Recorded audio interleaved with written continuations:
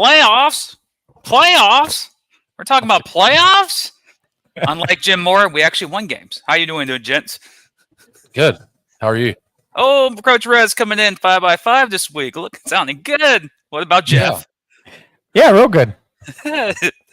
Good job, Jeff. Let's clap for Jeff here. Hey, took me 17 weeks. We figured it out. Hey, practice makes perfect, and you got to be perfect in the postseason. Coach, how's the week been leading up to?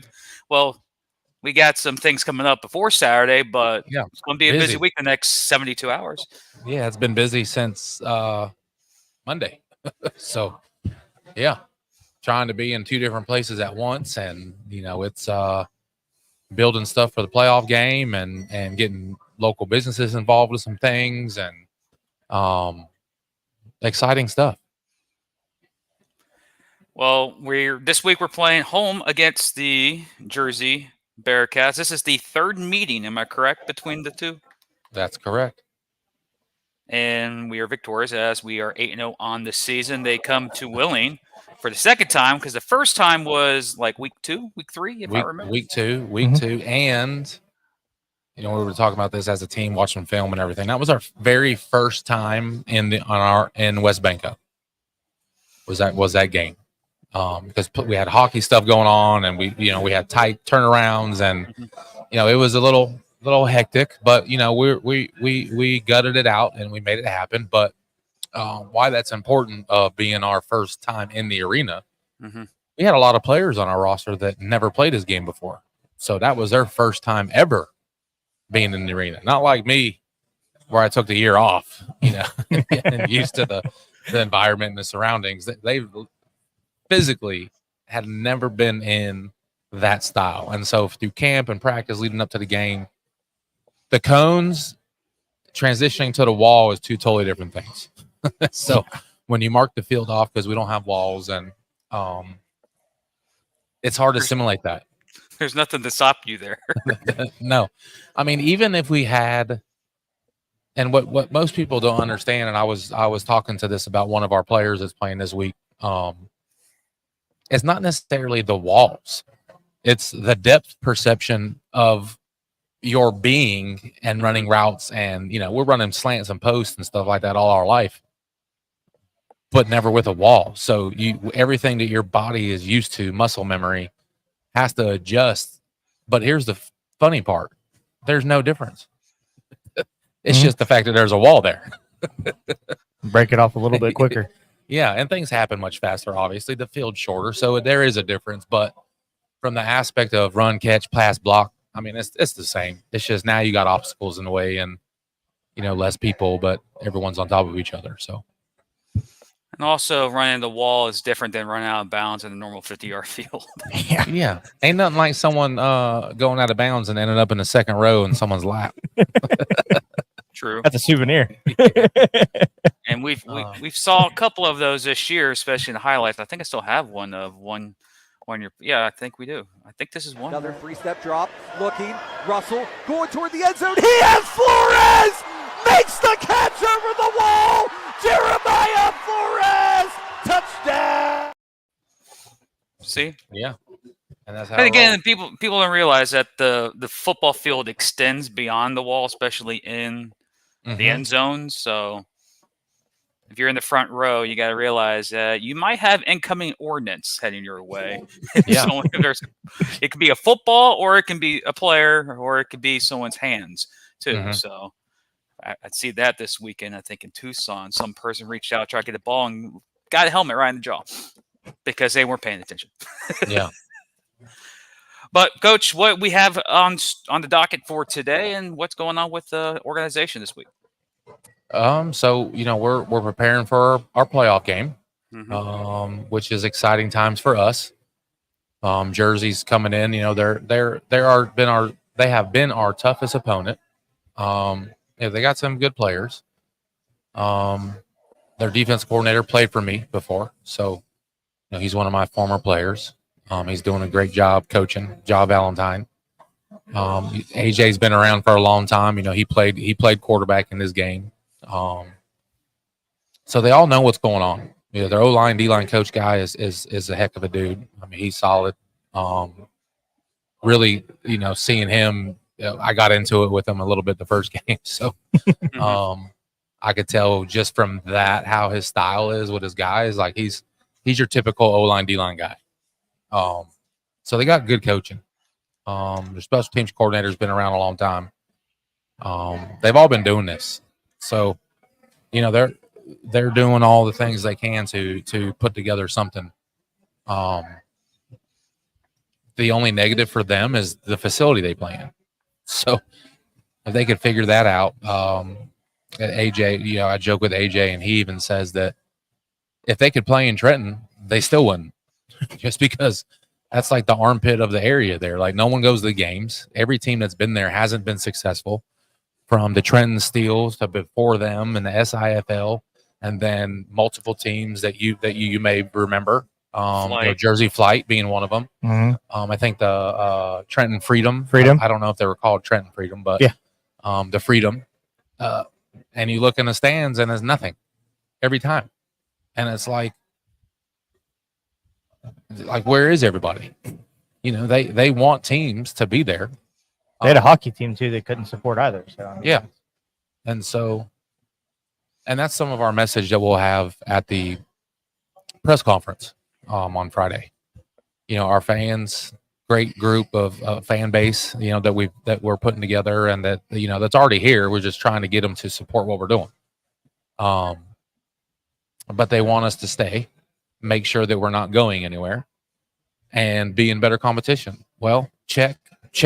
So what now you want us to be here for 20 years? Come to the games, and you'll be rewarded for that with everything else that we have going on. So the more that the more fans that come to our games, the more stuff that we'll do. I mean, that's just the way it is, because it's a business that takes care of itself if it's done properly. And we got a good base so far that we built with that. And it's a lot of hard work. A lot of people to help out with that.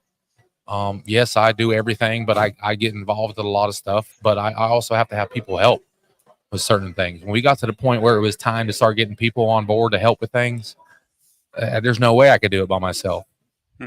Specifically on game day, I'm coaching, so I can't be walking around making sure everyone's good, making sure introducing people, whining and dining people. You can snoozing I could. Well, some games it feels like I could walk around with a headset and like, hold on a second, I can call this play. And so, I joke, but it's I'm excited for where we can go.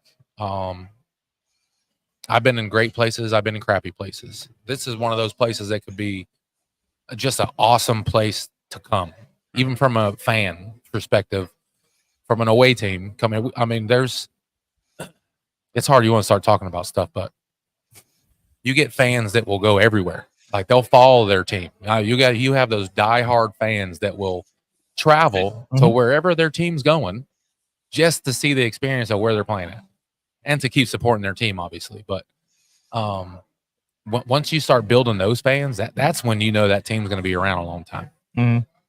You see that a lot in the NFL with the Raiders and the Chargers. A lot of their fans are still from Oakland and San Diego. They make the hauls to Vegas and LA to watch their team.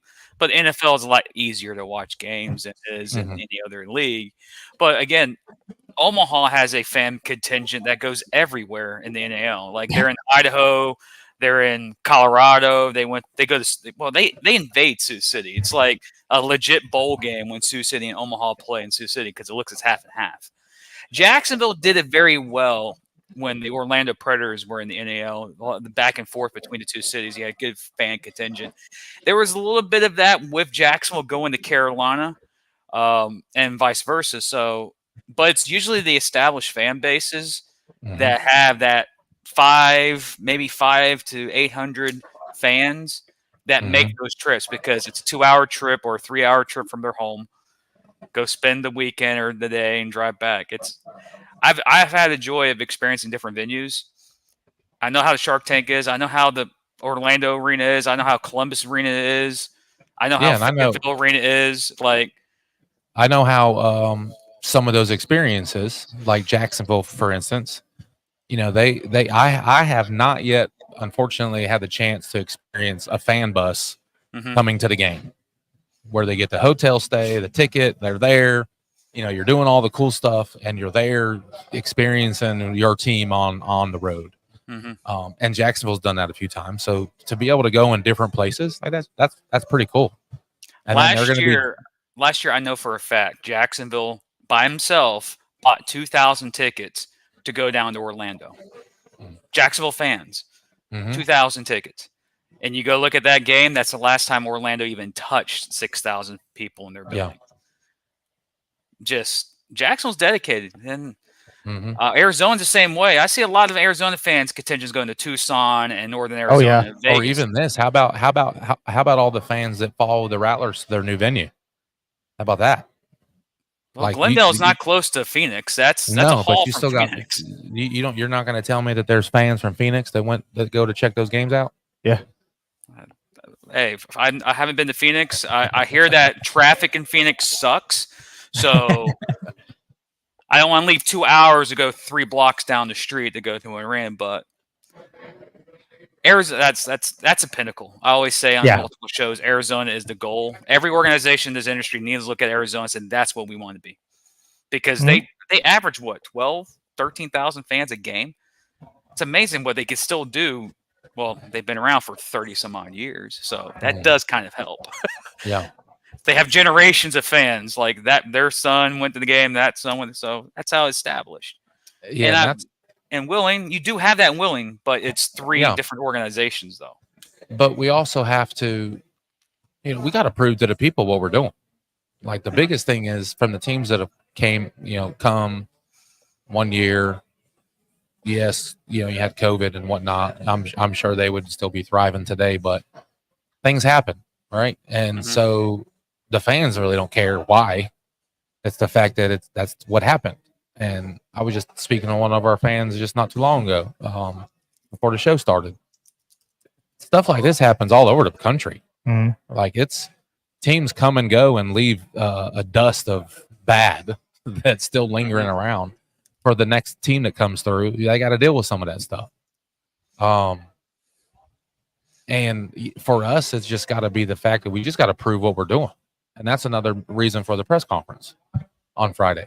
It's not very typical. It's when teams have big announcements and stuff, they typically wait until after their game, like championship game, to announce those, or at the championship game, for instance. Or a random Tuesday at 2:00 during rush hour. Like, you got to build it up. or next week, right? So, that for trend is us going to happen again. Thank you, Coach. # next week. There goes. Social media boards are going to go off like that crazy now. So it's just the overall everything being that way. So with us having to prove some of those things to the local area here, it was important for us to announce to them what we're doing, what's coming up.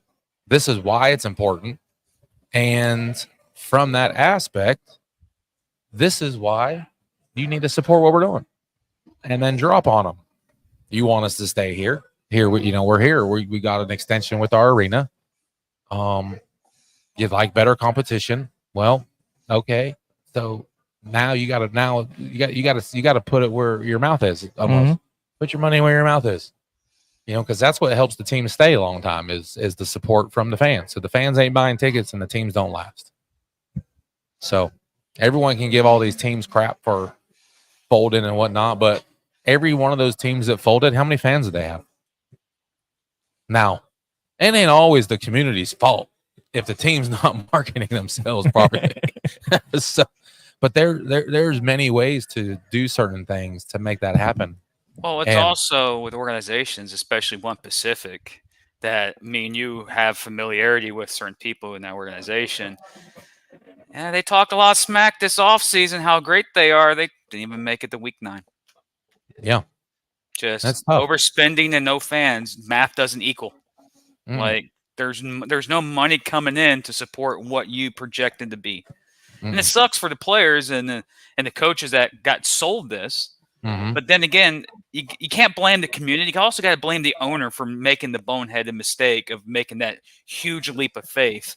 Yeah. On just that faith, there was no substance. There wasn't no foundation of there's actually something secure here. No, they just like, oh, we're just gonna wing it, and that's what kills a lot of these organizations because a lot of egos by ownership groups.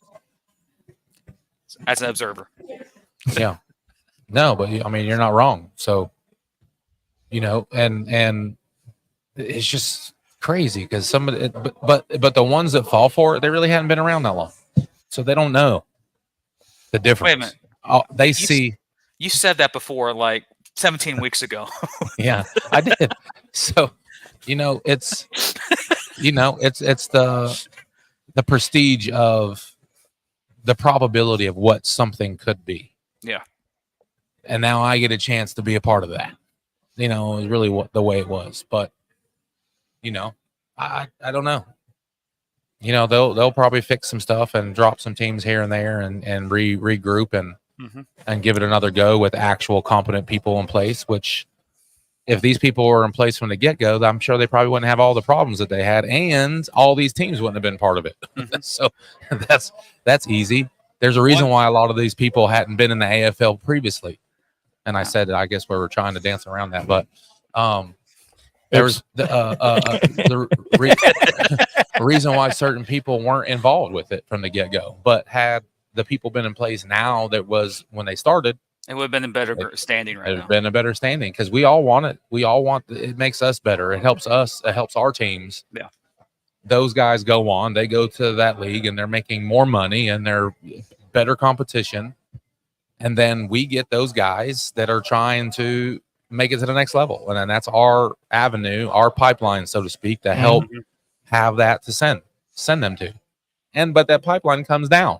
So National scoring. When guys get let go or released, that's or Rez's whatever pipeline. The case is, yeah, you get that opportunity, which has been awesome. So no, shout out I've to Jimmy Kibble and National Scouting Combine. I've talked to a couple of players who played in the AFL who are now in the IFL/NAL, and all of them that I've talked to have stated the competition is a lot stronger in both NAL and the IFL. Like the player versus player, teams are more balanced. Like in the AFL, he basically said there's one superior team and everyone just playing around like they think they have a team.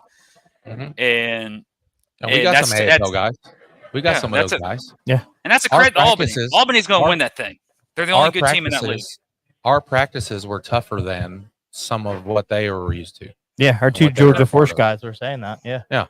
And they're some players. So, how many of those guys are out there that don't have a place to play because of, their actions and were screwed? It doesn't mess anyone up but the players. So I know a damn good defensive end whose team just folded this week. That's a free agent. Just saying. But you got guys like Kurt's back involved, where he kind of was in the beginning and then it kind of went away. But I'm excited for what hopefully they can get it right. It's just going to help everyone, the players and whatnot. Right now, how can I say this without offending the AFL people? We already offended them throughout the season because we've been telling them facts from day one, and we were the ones naming haters. There's more of a chance of the AFL-IFL merging with the top tier teams in the AFL surviving and the rest of them dissolving or going to other leagues than the AFL existing by himself next year. That's my opinion. That's me not having facts. It's me not having sources. It's just me just fantasy football in it. There's more of a chance of that happening than the AFL being the grand AFL that it was in the past. That's the UFL now. The UFL is averaging 30K, 40K a stadium now. That's the pinnacle of the spring sport now. AFL would never touch that. So knowing Fisher, who took this as a retirement gig, honestly, he took his, and now he's the owner of Nashville. Knowing him, he'll be like, should I try and push forward a league that has maybe 3 teams that might survive this season and start over next year with a brand that's been ruined 3 straight consecutive versions of it? Or should I start talking to other leagues? That's the thing about like the AFL is what got me into the sport, and what's happened this year is exactly what I fear the most. Too massive expansion, chest sticking out like their crap don't stink, and they crap the bed. And there's only like 2 organizations in that league that actually deserve a lot better than what they're getting out right now. And that is Albany and Nashville. The rest of the teams, you're kind of dead weight, in my opinion, because that's based on what I see. And it kind of helps when half the teams you can't even watch because their streams don't work because they don't show the game. Like, Yeah. That's not a good run league. There's a lot of stuff happening behind the scenes in the AFL that I still go, God, I wish they can push forward, but I just don't see the light in the end of the tunnel. There's no savior coming in to saving this. If Fisher can't do it, no one can. No. But the leagues that me and you are associated with, the NAL and the AAL too, postseason, the Albany, Omaha beat the Sioux Falls Storm, Sioux City Bandits, not Sioux Falls. That's IFL. And one of the most, I hate to say it, I've watched a lot of Wheeling games. I watched a lot of football games this year. That was the best indoor game all season. Yeah, it was. Omaha went up 3 scores. This game's over. And Sioux City comes roaring back, takes the lead. Here's the question from me to you, Coach. Why are you not kicking the field goal there to wrap up the game? Yeah, if he misses it, oh well, you have another possession. If he makes it, you win the title. What was Sioux City thinking? So I got an answer for that. So I didn't watch the game per se, but I went back before I knew who won, before I saw it on social media. I went back and watched the last few minutes of the game, and got to the overtime and whatnot. And I mean, it was a heck of a game. So I imagine the whole game was like that. So it was cool. It was a great game. when they went for the fake extra point, I'm like, are you kidding me? Like, what are you thinking? Like, what are you doing? That's nuts for the average fan watching that. And then the first thing that came to my mind is, how many extra points did that kicker miss during the game? All of them. He didn't make one. Right. 0 for 4. He was 0 for 4. So I didn't know that, but that was my first question. And when I asked, they were like, yeah, dog, he missed 4, 0 for 4. And I was like, well, the only bad thing I would say from that situation, if you know you're going to fake it, run a damn play. I was going to say, just line it up and go for 2. I mean, you have a better shot than that than him missing with the their whole quarterback they have. Yeah. And the thing is they took the crowd out of the game. People in Omaha were like, there's the season. It's over. Because they ran a trick play and the receiver was wide open. Oh, Bruno was playing out of his mind. When that touchdown happened, I was like, they just gutted Omaha on their field in the championship game. It's over. Then they run that sneak. I'm like, you just gave them life again. You just won the championship. What are you doing? What's the coach's name in Sioux City? Is it Chris? Or something no, like it's that? Elf. Or is that the owner? That's Coach, I think the owner. Coach L. Something like that. Anyways, as a coach, it's easy to point fingers and say why they didn't do this or why they didn't do that. You're not there. You're not in the moment.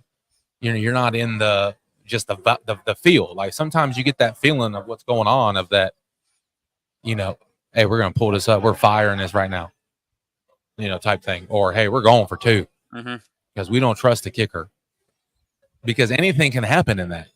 What if they block it and they scoop it and run it back? Yeah. I mean, there's a lot of things that could happen. So as a coach, it sucks that they ended up faking it or whatnot, not kicking it. But, there was a reason. There's always a reason for the decision. And so, but your normal fan, they just see, why the heck it didn't kick the extra point? So, and that's true. I still like my chances, though. If you're telling me to gamble, I'm still gambling, because what happens if he misses it and does a lob shot or flop shot like you see in the Masters? That thing's in. And they're celebrating. Like, that's a rival. If I was a rival of Omaha, or you could say any team, any organization, Pittsburgh, Ravens, West Virginia, Marshall, or West Virginia, Pittsburgh, excuse me. There's another one.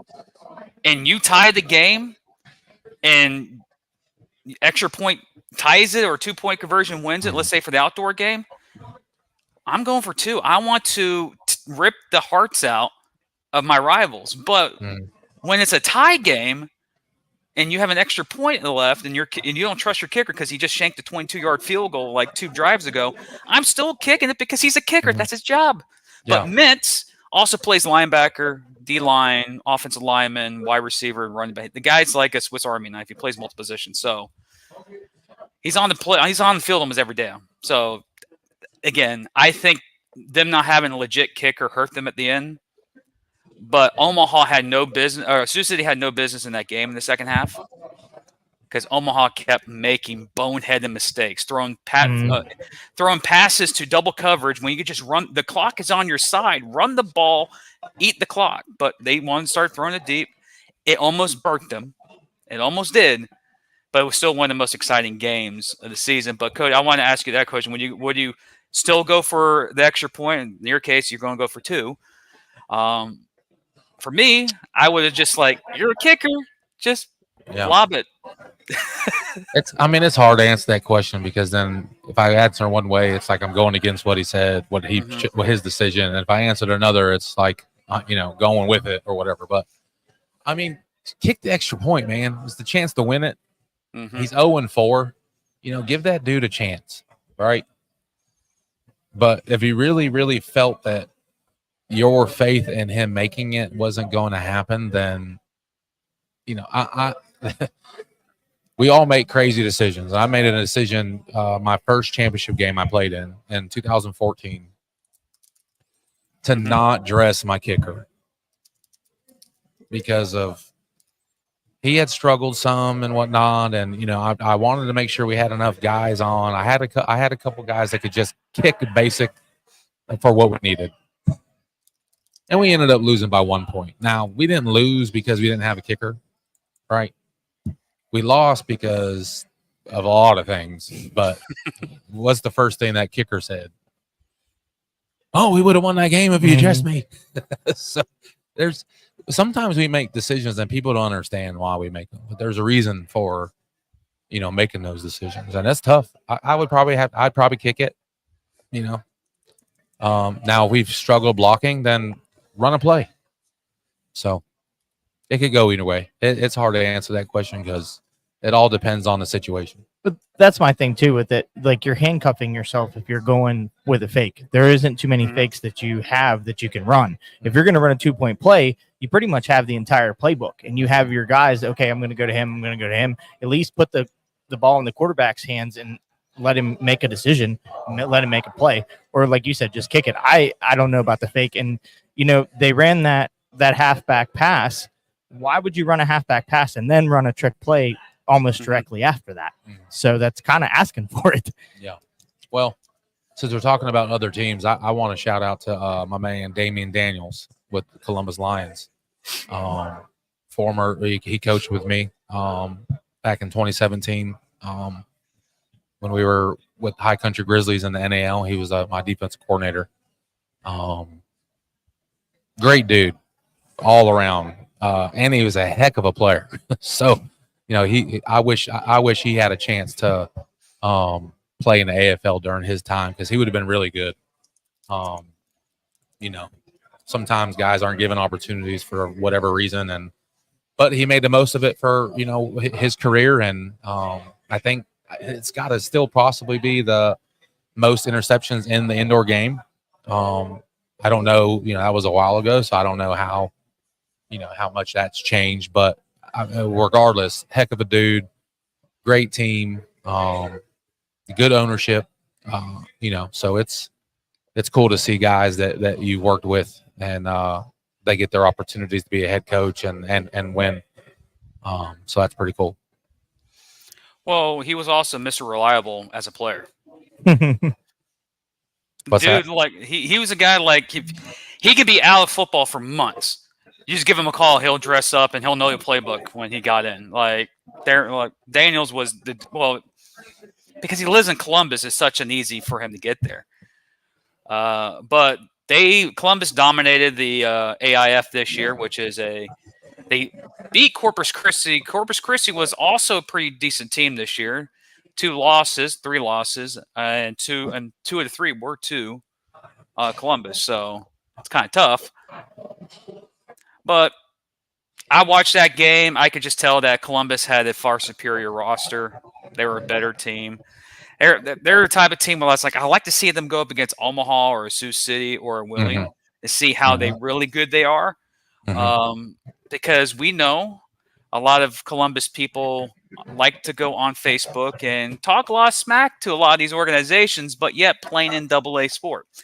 Like you're talking smack to Major League Baseball teams while you're still in AA, single A league. So calm down. But one thing I like about Columbus is that they're an organization that wins. Like, when's the last time they missed a postseason as a team? Like 6 years, 7 years, maybe 10 years ago? It's been a long time. I know Gibson didn't miss a postseason when he was there. Yeah, he did. Did he? 2013. I was there. I was the defense coordinator. Well, there you go. We missed the playoffs. And it was my fault, of course. So. Well, at least you admitted. So. I mean, I know. I'm saying that was the speculation. We had a really good defense. So during that time, and I've compared everyone to this player, Jermon Fortson. He was my jack. He was at that time he won Iron Man of the Year, but it wasn't Iron Man. That was just the name for that special award. But he played receiver for us then too. But he was our jack, and I mean he was awesome. And then I got to know the Jacksonville Sharks and met a guy named Charlie Hunt, and I was like, hey, that's the best jack I ever seen. Yeah, he was sneaky good. You looked at him, was like, what position did he play? And then you watch him play, like, oh, yeah, I don't want to mess with that dude. But you said 2013, right? Yeah. Coach, that's over 10 years ago, man. Yeah, I know. A blink of an eye, and it's like, for me as a Florida State fan, that was the last national title. I'm like, man, we won a national title pretty recently. I looked down like 2013. I looked at this in like 2024. I'm like, holy shit, it's been 11 years. Like, whew, wow. What else is, again, to get fans of the arena, I've said this before, that many organizations need to do, and you guys are doing it too. If there's beer, they will come. And if I can get this, because Jeff made this weekend. Wasn't me, but I sent it to you. Okay, well, then I given the credit to someone else. Now, Coach Rez I got to put a disclaimer out there. So I did not ask them to make a drink for me. So the arena texted me and was like, "Hey, Coach, are you okay if we name this?" And I'm like, "Sure." At first, there was a Z there instead of the S, because everyone says Rez with a Z. But I was like, "Yeah, if you fix it to S from Z, and that's kind of cool for the being of for the theme and whatnot, and it's all fun. So, but that's pretty cool." One of my assistant coaches. I was gonna say someone's gonna spend $4 thinking it's a Rez rum, and they're gonna drink it. I'm like, this is just straight cranberry juice, man. So $8, that's a discount. I think mixed drinks are normally $12, so yeah, that's not bad for a mixed drink. But the draft special normally $8 or $4, so it's our first drink special. So I figured, why not? It's the playoff game. Let's try to get some more people in here. Get them rowdy in there.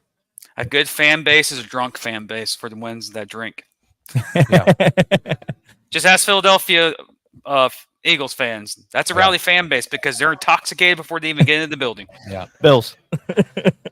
Well, Bills are going through tables. They're just throwing people through shit. I don't want to hold up this guy too long, but one of our new players that joined us a couple weeks ago played in his first game with us last week. We added him, going in, making his final run push, to win the whole thing. And we were in a situation to be able to do that. So, we added a couple pieces. And when I tell you it's a different type of energy with this dude, it's nothing wrong versus D3, D2 guys or anything like that. But you can tell the difference from a D1 dude. He's got a motor, that's for sure. There's just no, I don't know any analogies because I don't want to make anyone mad, because we got some really good players from all types of everything. But when you get a couple dudes like that, you know, it's fun to watch. You know, it's fun to be a part of. So, and he had a heck of a game for his first game in. So, came in well. We actually found out, this is cool. I'll tell this for you, bring him up. He actually trains with one of my former players down in Atlanta, and we didn't know that. He one of our player personnel guys, Ben helps out with a lot. It's one of his guys. He posted about Sean being here, Sean McGee, and in the caption, you know, when you tag people, he tagged one of my former players, Sedano Patrick, who goes by Scoob. Trains all kinds of Atlanta Falcons guys now down in Atlanta. I mean, he's got it going on. So, busted his tail too. He's self-made. You know, nothing was given to him. Like everything he's done, he did on his own, and it's amazing to see. I enjoy seeing that with former players. But I said, "How you know Sedano?" He was like, "Oh, he's my trainer. I've been training with him for like 6 years." I'm like, "Get out of here." I said, "See, that's how you know you're in the right spot, because that's one of my guys. So he'll know if you're here or you're in the right spot, dude." So he called him on FaceTime, and he was like, "Oh yeah, you know, Coach Rez, you know, heck of a dude, you know, da da da da." Because whenever you're new and you go somewhere for the first time and you're trying to get acclimated to everything, and you're still got those doubts in your mind, you know, is this where I should have came? You know, is this going to be worth it? And then you kind of see when the switches go. They're like, I did make the right choice. You know, it's kind of rewarding to see that of coming from other players. And it was just cool. But heck of a dude, former Bulldog. You know, he'll get up here and talk about his story. But Sean's pretty special. Well, let's get on the University of Georgia Bulldogs. I don't know if Jeff, do I have to hold you back, or do we have to opt out on this interview? Like, we might have to opt out. We have to opt out because it's, I know Georgia people, you know, they ran a lot of smacks. Oh, you guys wouldn't beat us. I'm like, well, when half our team opted out, unfortunately. But coming after this break, we'll have Sean Spears. Where's the commercial? That's my bad, not knowing where my stuff's at. We'll be back after this.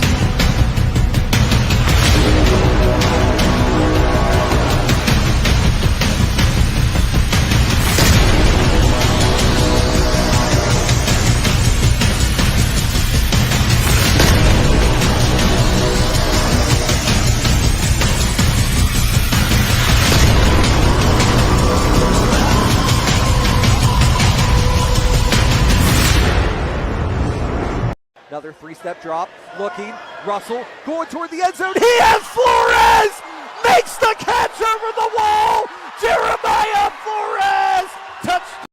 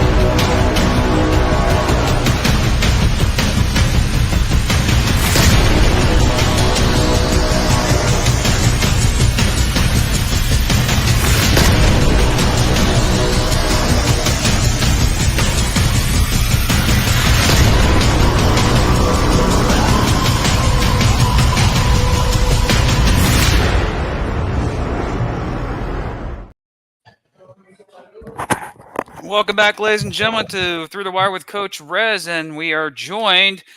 By the way, we decided to stay on the show because I know how you Georgia Bulldog fans think Florida State opted. We opted out because we didn't want the smoke. Just saying that we stayed here. Didn't say it, you did, man. I'm surrounded by a bunch of Georgia Bulldog buddies, and let's just say they wanted to smoke. I'm like, hey, our guys just get drafted in the NFL in the first round. But anyways, how are you doing, man? I'm doing all right. How about yourself, man? Well, it's Wednesday. Playoffs are this Saturday, and your journey here to Wheeling was pretty entertaining or intriguing, depending on what side of it you wanted to look at. But tell the people about your story, how you got here to Wheeling. Well, I started off the season in Cedar Rapids. I'm in Iowa, playing for the River Kings, and the team just fell through. Mm-hmm. You know, I'll keep it very black and white. You know, the team just fell through, man, and I ended up asking for my release like week 4 of the season, and then I was at home for like a month, and then Coach Rez called me and was like, you know, you want to come finish the year in Wheeling? And I was skeptical of it at first because of what I had just experienced in Cedar Rapids, but you know, he assured me that it was night and day compared to that situation. And you know, since I've been here, man, it's been great. You know, the fans, the people, the community, the coaches, and just how they take care of us and stuff like that. So I'm excited. I'm excited for the rest of the season. I'm excited for the future of this team. So yeah, man. First off, were you recruited by Kirby at University of Georgia? Yes, I was recruited by Kirby coming out of high school, but he was still the defensive coordinator at Alabama during my recruitment. So you were with – dang it, who was before Kirby? Kirby's been there for a long time. I had Coach Rick for 2 years. Rick, right. I had Coach Rick for 3 years, and then I had Kirby for 1 year. Oh, so you were with Kirby the first year where all the Georgia Bulldog fans want him gone after his first season. They was like, Right. we're done, Well, but get him out here. He's not going to do anything and go further. Right. He's like I the was best coach in there. the game now. Yeah, my last year there was actually the year we lost the national championship. The year we beat Oklahoma in the Rose Bowl. Yeah, that was the most epic game. Back and forth, like Crazy. as a fan, I was like, ooh, it's crazy. But again, you were in that organization or Georgia. I'm a alum at Florida State University. Jeff's a Florida State fan.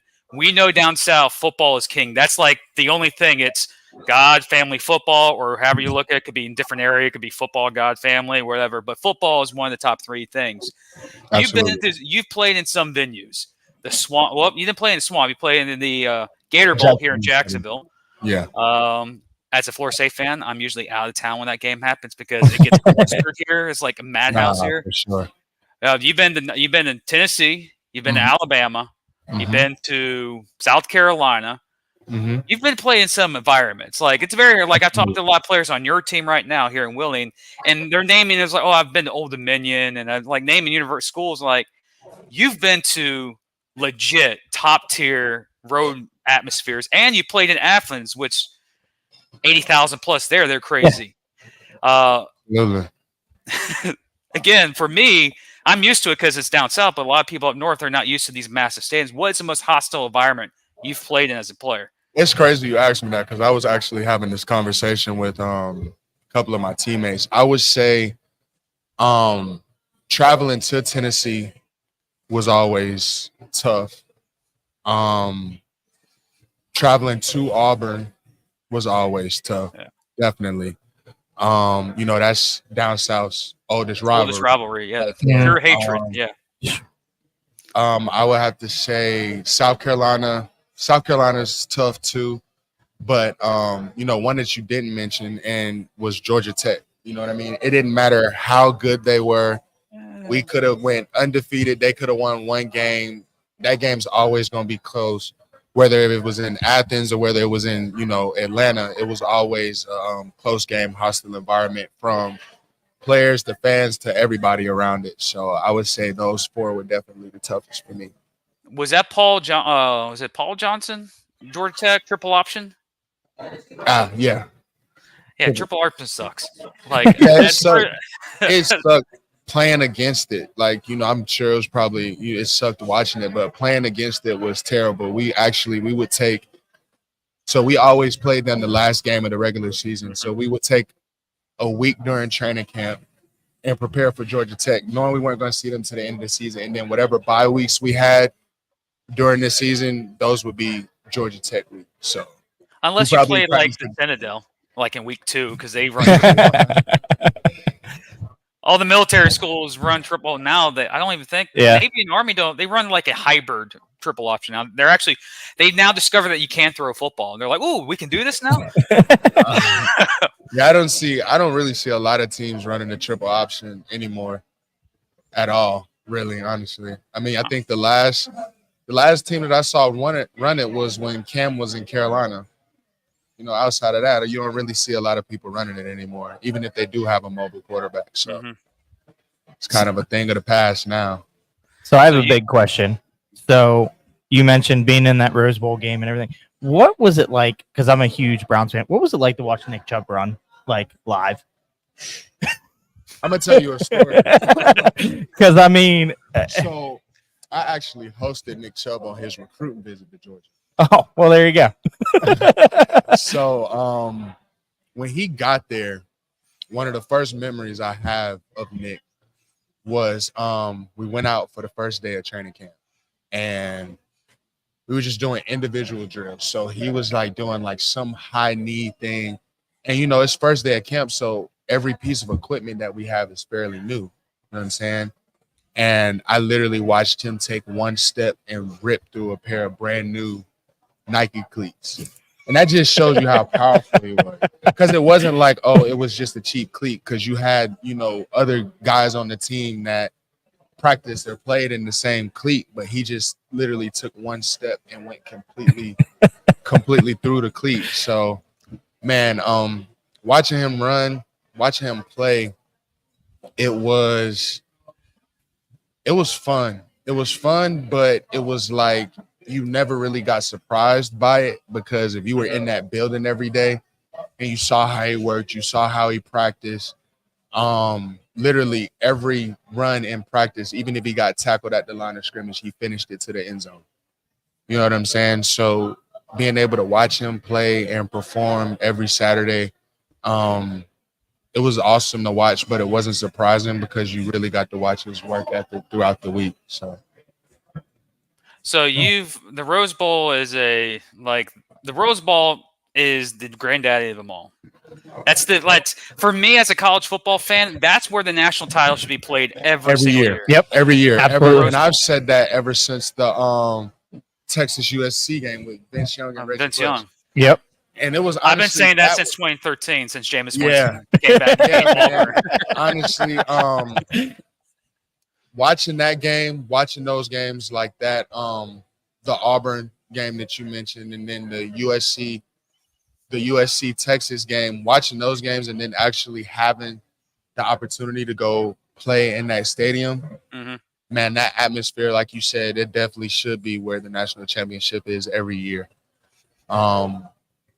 And honestly, me sitting here talking about it doesn't do it justice. I mean, you know, just underneath the stadium, being able to feel the crowd underground, and then just coming out there and seeing all that so smoky out there, that's just the greatest atmosphere. For a championship game, I feel like that definitely should be where it's played every year. I don't think you've played there as a player, but as an observer, I think Jeff may agree. I don't care what year it is, what season it is, or whoever's there. For some odd reason, the Rose Bowl always has freaking drama in the fourth quarter. No matter, even with all the opt-outs, if it's a non-playoff game. Last year's game was a playoff game. 2 years ago, it wasn't really a playoff game, but there's always drama. Some of the most unique ones. One of my most memorable one was the Chris McCaffrey takeover game, where he was just every time he touched the ball, he was running for 6 yards. Yeah, and it was against, I think, Oklahoma or Oklahoma State, and in a meaningless. Again, bowl games are now meaningless if you're not in the 12-team playoff starting this year. But this was like a non-playoff 4-team Rose Bowl, and it was like the most entertaining back and forth. I think it was Stanford versus Oklahoma or Stanford versus Oklahoma State. It was just. Actually, no, it was Stanford versus Penn State. That's right. Got the team right this time. Well, yeah, and then the Penn State USC game was tremendous a couple years ago. Oh, that was Williams, though. That was his coming out party. Yeah, unbelievable. If you notice, all the superstars in the NFL somehow shine in the Rose Bowl. Absolutely. Chubb, Well, not Jameis. Jameis does some unique things. He's in Cleveland now. And if you're Cleveland Brown fans watching us, Jameis will be your starting quarterback halfway through the season. Just telling you. Oh, you think D-Watt's going to get out of there? I don't think he's that good anymore. I think his confidence is blown. Yeah. Trust me, he basically said on the podcast this offseason that he lied about his injury, and that's why he didn't play last year. And that's when Falco came in. And if you just need Falco-type quarterback, Cleveland's going to win 10 games. They have a good enough team around them. Yeah. And Winston, minus his antics and eating W's, he's a pretty good guy. Stealing crab legs and eating W's. Hey. That's what those they're are- teaching them down there at Florida State. They're damn good crab legs. Thank you very much. They could have just went out there and caught them by themselves. Yeah. Sure. Those crab legs got us a ring. Thank you very much. Yeah. Hey, and we beat your rival. We beat Auburn. You should be happy. We can talk about SEC and all that, college football joy, because that's football down south. That's how a lot of us watch. A lot of us tend to side with college and the NFL, but now the college is becoming like a minor league in the sport with the NIL, the expanded playoffs, and these super conferences about to form. And I guarantee you within the next 5 years, you're going to see this is a traditional ACC battle between Stanford and Wake Forest. And then you're going to say, oh, this is a clash of a Big Ten showdown between Washington and Clemson. Like, we're going to have some weird conferences in the next 5 years. As a player who played in the SEC when the SEC was starting its rise to what it is now, does the changing the conferences for you as a former player go like this is like there's the SEC is 12 teams and it should always be 12 teams. Are you in favor of 20-team leagues now that everyone's just jumping on board because they want to be not left out of this new mecca of college football?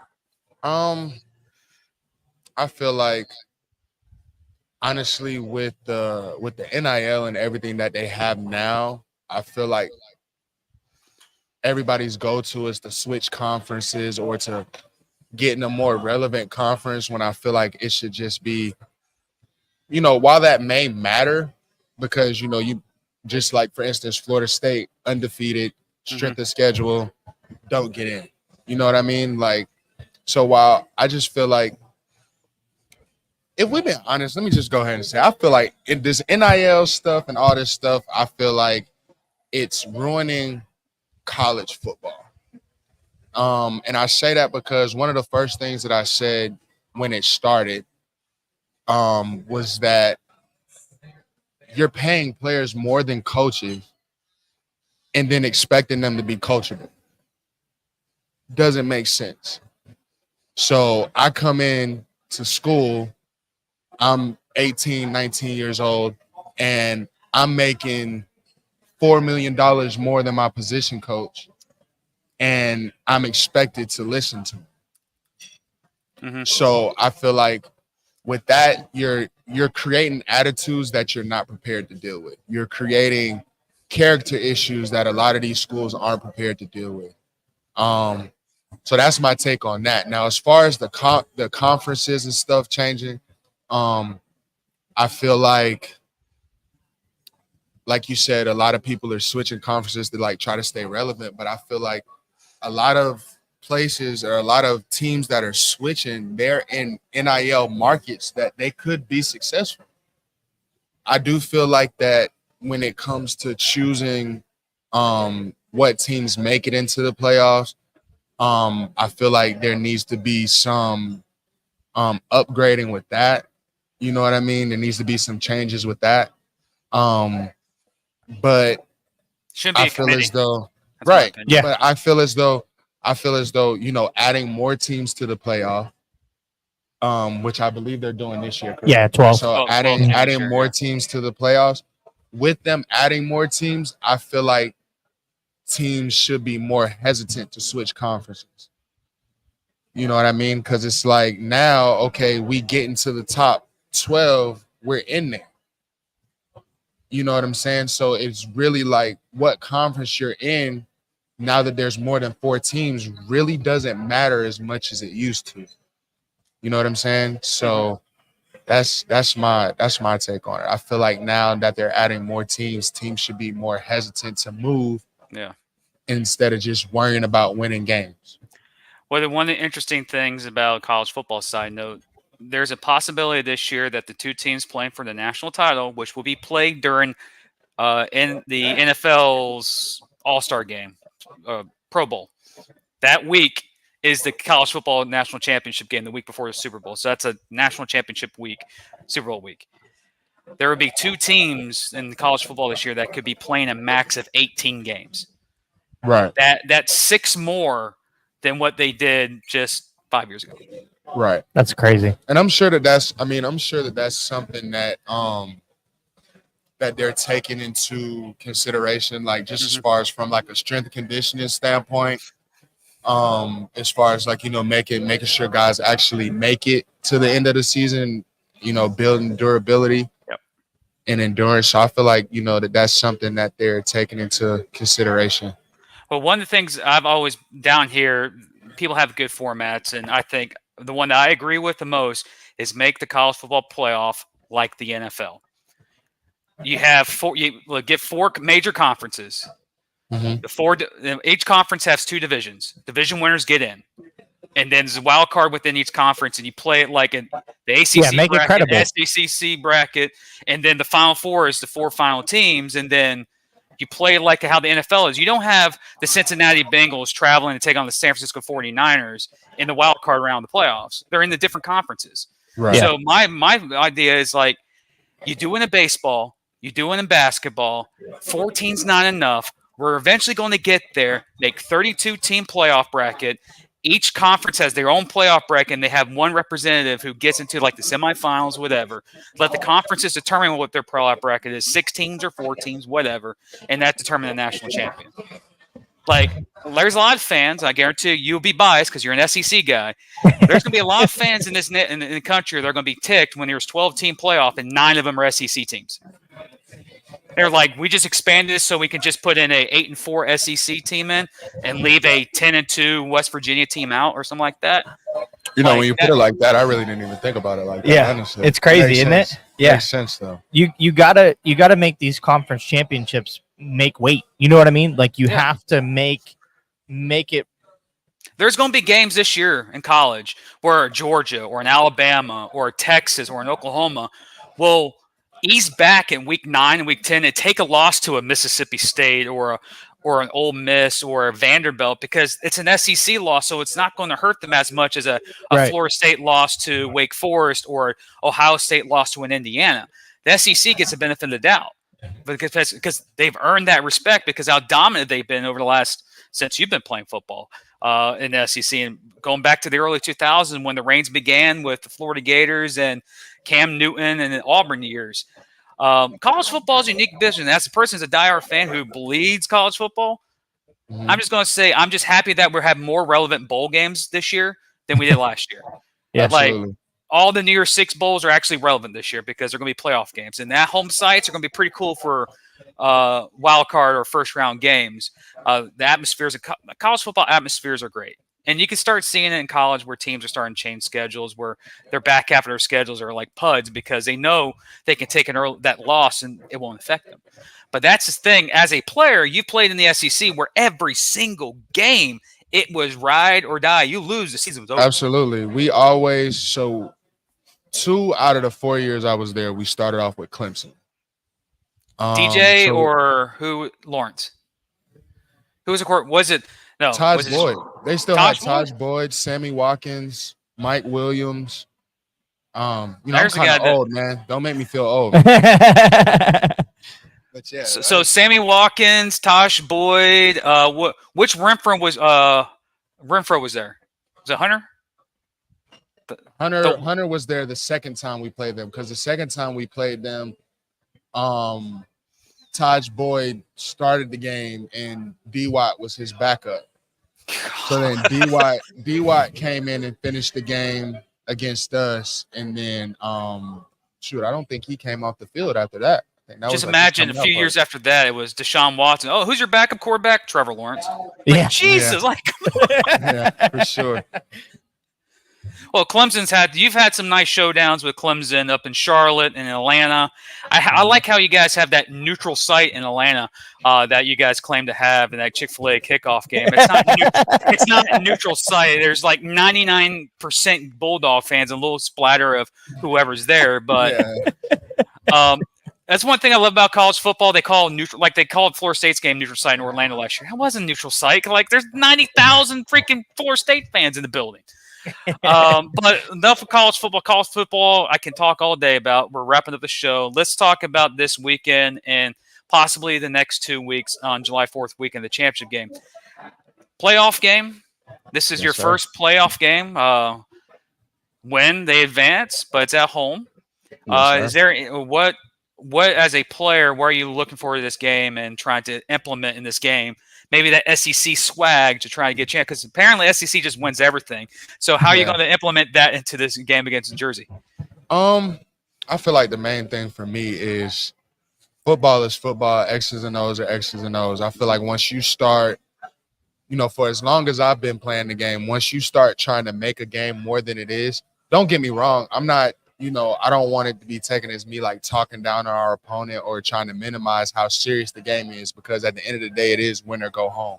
True. You know what I'm saying? But I feel like once you start making football more than football, that's when you can't play to the best of your ability, because you're thinking too much and you can't really flow in the game. So I feel like the biggest thing for me is just keeping the main thing, doing my job, and that's whatever Coach Red is asking me, you know what I mean? And just making sure that the guys understand, like, at the end of the day, we've been playing this game since we were kids. You know what I mean? It's a blessing to be able to get out there and play this game every day, to be able to wake up and get paid to hit somebody for free. Like, I mean, come on now. Like, it doesn't get any better than that, man. So that's one thing that I just try to tell the guys, you know what I mean? Just keep the main thing, and understand that it's just football at the end of the day. Have fun and, stay loose. But, at the end of the day, do your assignment, trust your brother, and, we'll be back July 4th weekend. But we got to take care of this week first. So. Also, I've asked a lot of players this: who is the role model do you look up to mimic your game by? And who's your favorite NFL team? I'm a Baltimore Ravens fan. Oh, bad territory to be a Ravens fan. Jeez. Yeah, so I'm a Baltimore Ravens fan. If I had to model my game, it would be a hybrid between LT and Ray Lewis.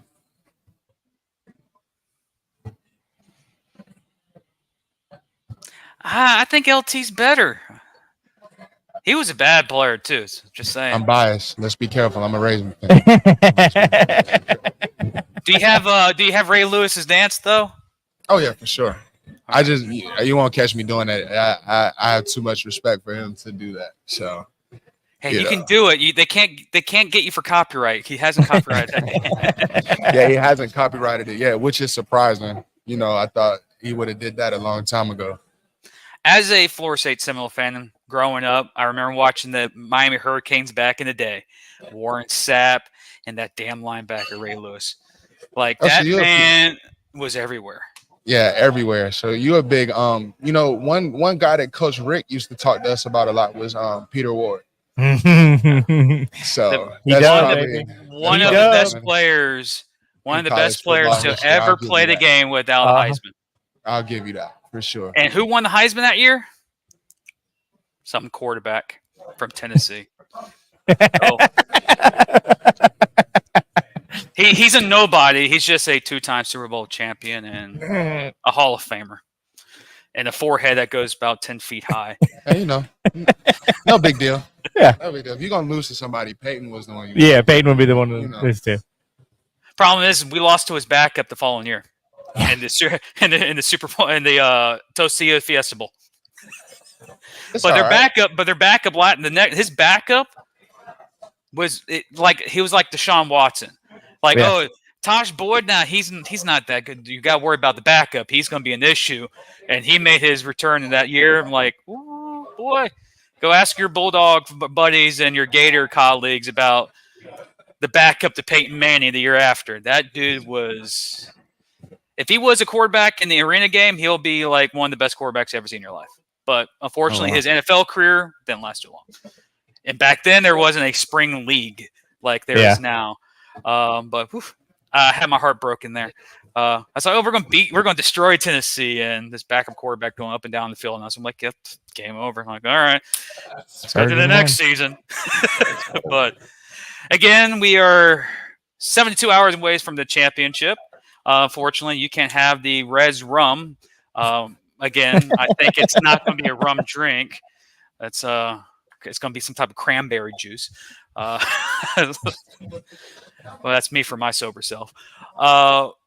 You went to Georgia. You played at Georgia. You went to Cedar Rapids. Now you're in Wheeling. I know the fans in Wheeling are going to accept you there. It's a growing fan base. Each and every week, the attendance it's not going to get like It's not going to get like Georgia. It's not going to be no 80,000 there. That's a little rowdy for a lot of people. You for keep that saying 80,000. You shorten us. We used to have 95 in there on a bad day. 95,000. See. This is why I say it's 80,000. There's 8,000, but there's a lot of opt-outs there. You know what I'm talking about? I don't know, man. But one thing I gotta say about Kirby Smart before we end the show tonight. Kirby Smart did a podcast on one of the Georgia Bulldog show, and he basically talked about how Florida State. He legit said, if I was coaching Florida State, he basically if you switched the shoes and I was coaching Florida State and we were undefeated, they would have put me in. And basically, Kirby Smart's like, the reason why they did Florida State what they did is because they knew about Alabama. And Kirby Smart legit said that. He's like, and I knew playing Florida State in that bowl game wasn't going to be the Florida State that went 12-0 in the regular season and won the ACC. I knew those players were defeated. They did everything to go undefeated to get everything taken away from them. And he basically admitted, but he says you got to give your younger guys a shot. He had to get a lot of draft eligible players, especially that tight end in Georgia last year. Beast. Hopefully he's available for the fantasy football because I'm going to get him because he's going to be the next Gronkowski. Dude's a monster. But a lot of people see the journeys of these players. Like, you played in the SEC. It's like, it's NFL or bust. If you don't go to the NFL, your career's over. And there's other leagues. The UFL is another league that I just watched the championship game in the NFL. There's a lot of SEC dudes that never got to the NFL. Absolutely. One of the guys that I played against, Tease Tabor, he started safety for the San Antonio team. Yeah, and I think Florida. San Antonio's quarterback, and want to say it's either Missouri or Mississippi State's quarterback from a couple years ago. The one that did the helicopter when he got stuck. He's always in the highlight. He's the quarterback for St. Louis. So there's a lot of players that have different paths. Like for you found Coach Reds found you, and there's always a path in the indoor and arena game. But everyone's ultimate goal is to get to the NFL. For me, as a podcaster, my goal is to get this show live stream on ESPN.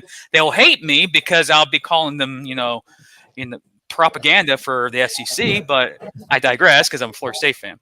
But again, championship game or playoff game this Saturday, championship game in a couple of weeks. Any pregame rituals do you do before any game, or is it just same as each game? Nothing changes. Pregame ritual for me is I got to take a hot shower when I get to the locker room. I just feel like that just gets me loose, gets my muscles kind of, calm down and relax before I actually start warming up for the game. So hot shower, and if you talk to any of my teammates or anybody that's at the games, when that switch clicks on, I talk a lot during the game. So to keep myself calm before the game, I listen to a lot of slow music, real big, like Marvin Gaye, Luther Vandross, stuff like that. I listen to a lot of slow music before I actually get on the field, because once that switch clicks, it turns into something completely different. You know what I mean? So basically I do a lot of things to like keep myself calm. I'll meditate for like 10 minutes, stuff like that. Just making sure I'm calm and everything before I run out of that tunnel. Because once I run out of the tunnel, it turns into a completely different person. So it doesn't change. So that you get. That's one thing about players is for me, like you get that you have to wear the certain shirt for a certain game, because if you think If you don't wear a shirt, your team's going to lose. It has nothing to do with the shirt. It's just that little tendencies. First off, this is your time of the show to project. If you have a business, who shout outs, where the people can follow you on social media. Are you big on social media? Yes, I have Twitter, Instagram, all that good stuff. On Twitter, Instagram, they're both the same thing. It's McGee, which my last name, MCGEE _ Ocho, OCHO. Ocho is my nickname, but the fans will see me wearing number 9 for the rest of this season until next year. So it's Ocho. All right. So before we let you go, I'll be able to meet with you in Willing, but I want the honest truth. A non-opt-out Florida State team versus Georgia. It's still a funeral. It's still a funeral? Florida State. No, bro. You want me to tell you where? You want me to tell you where I said Florida healthy. State That's fans even with messed up? that's with Jordan Travis though. Florida State fans messed up not letting Coach Prime go to Colorado, and that was the best decision. That's the best decision Florida State's ever made. He is destroying Colorado from the inside. Just saying. But again, we got Norvell, and I have all the respect for Georgia. You guys are now the new Alabama. Alabama, I think, is about to fall off the map with their Washington coach. But again, it's a privilege for you to come on, sir. Thank you for having me. We do this show for you guys and for Coach Rez. Because did we get Coach Rez doing a rant today, or was that no rant today? He little tiny one. It was a small one. Oh, it was a sober rant. He's not good when he's sober. Well, he's excited for Friday, so he's not letting anything slip out. He's just being calm, cool, and collected. He's waiting on Friday, and then he'll probably bust loose. The next show next week will be fun once we announce and everything, and then he can set everything up. And in 2 weeks, it'll be really cool because we'll actually be together for the first show. I'm excited. So I get to talk crap to you guys even off the air.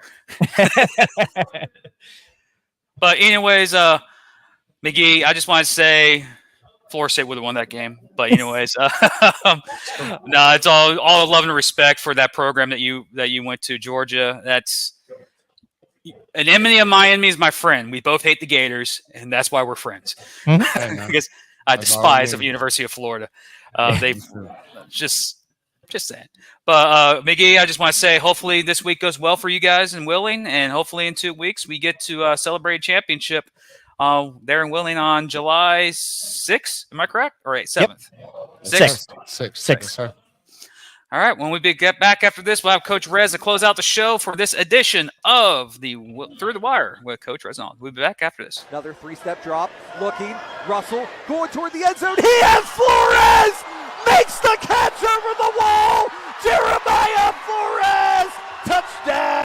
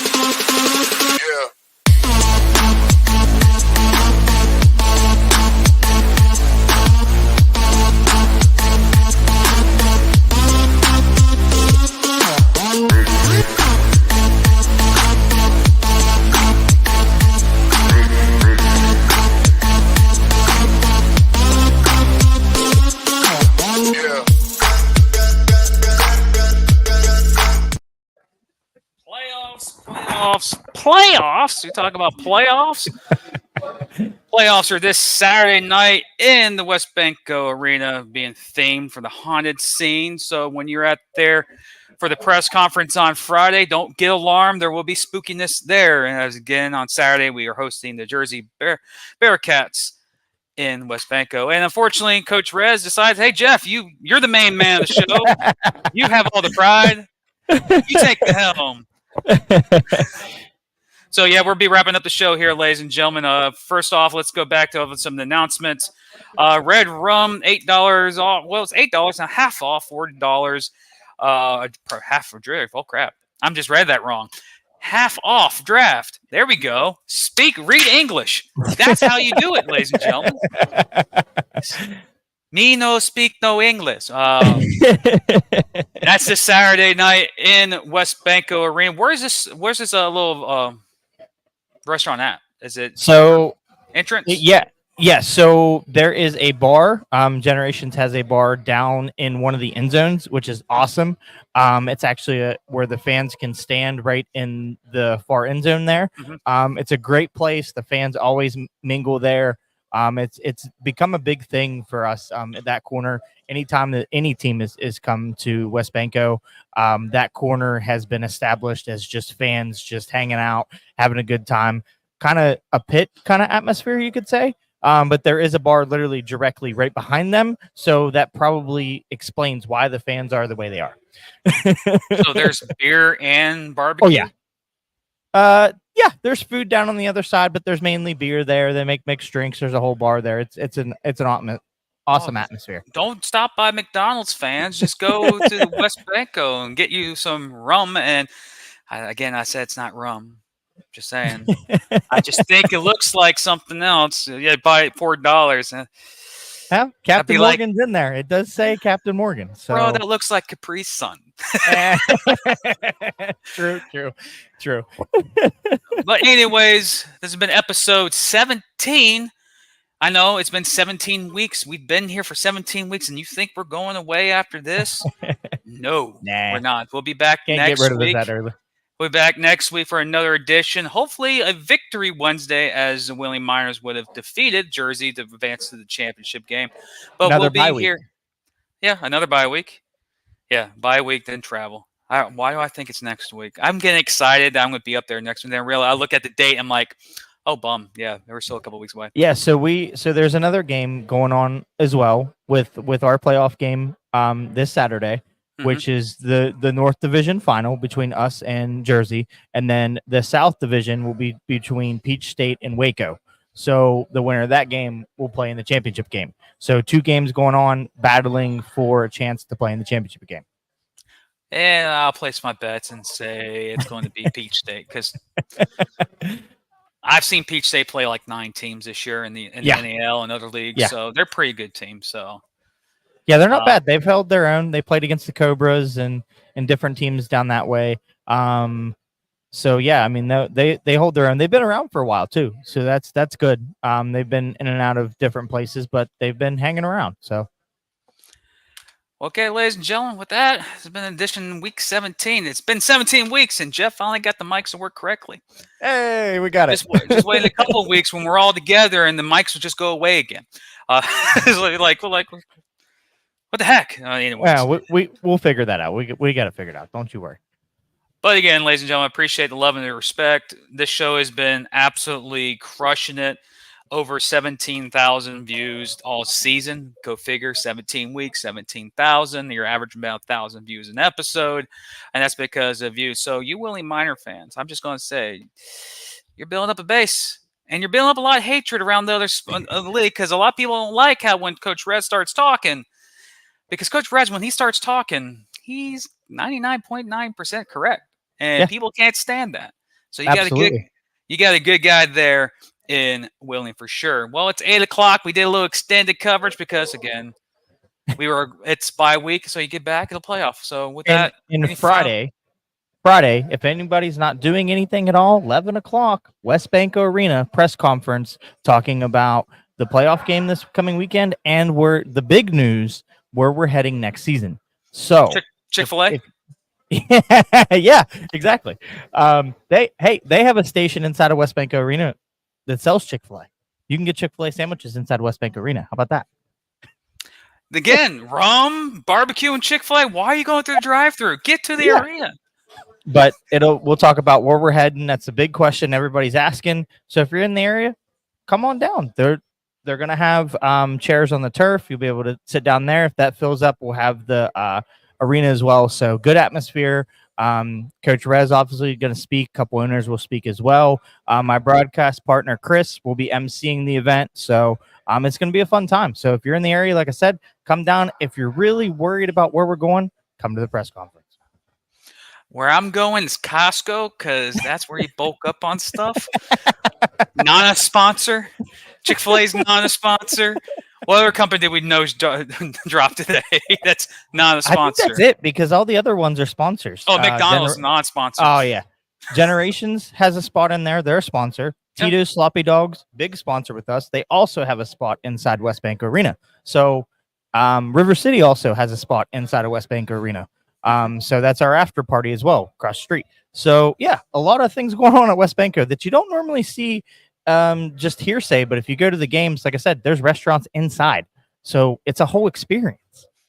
Well, fans, get to the arena this Saturday, or if you're driving around downtown around 11 o'clock, don't drive into the arena. That's no. You'll get escorted to the locals jail cell. Go see what's going on in Wheeling. That's a big event coming up this Friday at 11 a.m. It will be simulcast most likely on Inside the Walls Network with the share coming from Wheeling, so we won't be actually broadcasting it. So it's big news for Wheeling. And again, the 17 weeks for you guys supporting us. What's happening on Friday is big for the organization. I'm very excited about it coming up. And the future is very bright. I'm excited for Jeff because he brought in a new person in the world. How's the little one doing, by the way? Good, real good. So she's unfortunately still in the NICU. So hopefully here in a couple weeks we'll be able to bust her out of Morgantown. So I've been making the drive back and forth from Morgantown back to Wheeling. But we've been down there. She's been doing great. All her nurses love her. She's just as sassy as can be, and she's a week old today. So just awesome to see that. So yeah, she's progressing very well. So hopefully the trend continues. I have to say this. I think she's going to become a West Virginia Mountaineer fan. Oh no, my mom has already taken care of that. She sent her up a Florida State outfit. She's got she's got 2 Florida State onesies. Oh, wow. And she's got 2 bows that have Florida State on them. We've already taken care of that. We're good. We're in good company. Mama went, no, ain't doing this. So my mom made sure to send some stuff up from Florida. So we appreciate her for that. But yeah, she'll have the Morgantown blood because West Virginia. But yeah, she'll hey, that's where Bobby Bowden started as well. So I mean, it worked out good for him. Technically Stanford, but yes, or Sanford, not Stanford, Sanford in Alabama. Stanford, yeah. But again, big event Friday. Playoff game Saturday, pack out West Banco. If not, at least go get drunk. I mean, buy multiple of these rum drinks. I don't know how many you can get before you become intoxicated. But then if you're in downtown on Friday, don't drive into the building, park, then go into the press conference. I know there's a lot of excitement. The only reason why I'm saying that is because that kind of happened here in Jacksonville a couple of weeks ago. It was mainly about the Amazon guy not knowing where he was driving and ran into a barrier. That's Amazon for you, not a sponsor. But Jeff, with that, I want to say thank you for the support. Thank you again. Next week we'll be back here, hopefully on the dub. And in 2 weeks we'll be together for the championship game. That's going to be an entertaining show, by the way. All Absolutely. 3 of us together. Oh, we're going to have that's an extended. Yeah. Come to Generations Live that week. Yes. Because I'll be there. I'll be making myself looking at like a douchebag because that's who I am in live scenes. Not really. But again, ladies and gentlemen, really appreciate it. And we'll be back next week. And hopefully the little one will be joining us in a couple of weeks. Hopefully she's out of the EQ because when she's already sassy, she's already getting that mentality. I mean, she's just there. Just saying. Oh, yeah, absolutely. So with that, ladies and gentlemen, this has been Through Wire, episode 17. We'll be back next week for another edition, hopefully a victorious Wednesday, as your William Myers would have clinched a berth into the championship game. That's Jeff. I'm Jim. Coach Rez may be somewhere eating 25 wings medium and a large Coke. His flats. Or flats. I think that's what you ordered before the show started. Yep. With that, ladies and gentlemen, we'll be back next week. Take care.